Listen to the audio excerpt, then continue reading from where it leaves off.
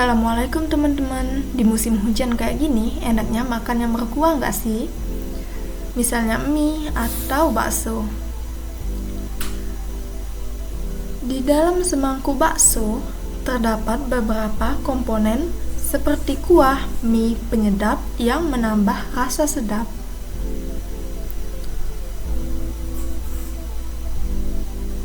Nah, kalian tahu tidak bahwa semangkuk bakso tadi mirip dengan salah satu unit di tubuh kita, yaitu sel.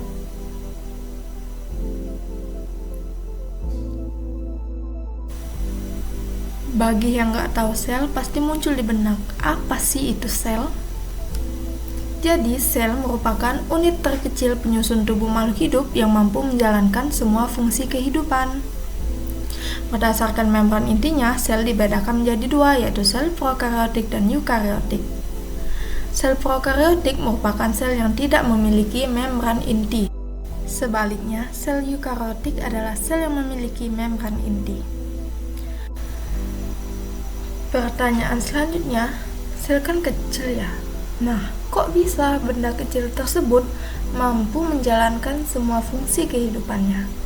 Jawabannya, karena ternyata di dalam sel yang kecil tersebut terdapat organel-organel sel yang memiliki fungsinya masing-masing. Seperti bakso tadi yang memiliki komponen-komponennya sehingga menciptakan rasa bakso yang enak dan sedap. Begitu juga dengan sel yang memiliki organel-organel yang memiliki fungsi beragam sehingga mereka semua saling bekerja sama. Jika diamati menggunakan mikroskop, maka dapat diketahui bahwa sel itu memiliki 3 bagian utama, antara lain yaitu membran plasma yang memiliki fungsi sebagai pelindung bagian dalam sel dan juga sebagai lalu lintas pertukaran zat di dalam sel. Lalu ada inti sel yang berfungsi sebagai pengatur segala kegiatan yang terjadi di dalam sel. Dan yang ketiga adalah sitoplasma. Tak kalah penting dibanding kedua struktur sel yang lainnya, sitoplasma merupakan cairan sel yang di dalamnya terdapat beberapa organel.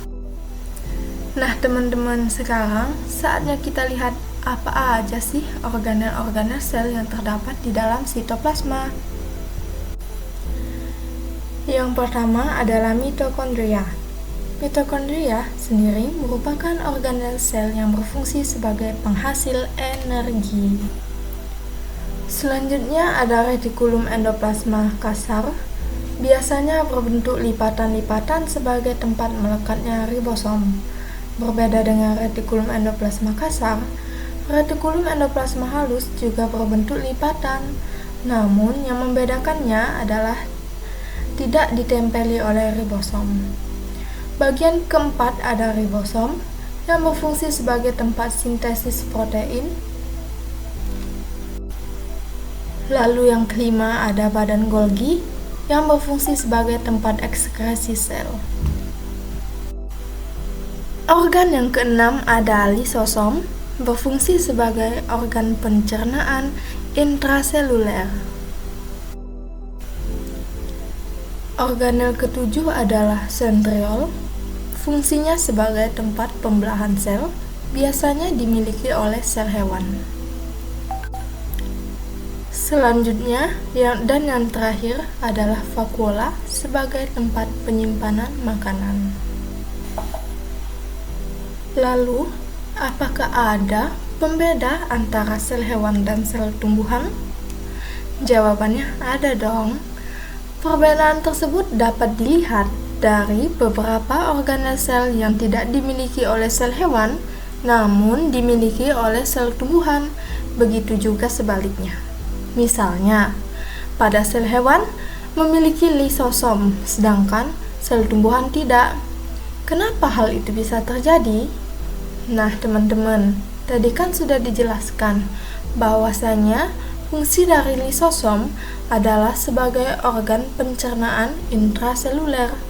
Sedangkan tumbuhan sendiri mendapatkan makanan dengan cara proses fotosintesis.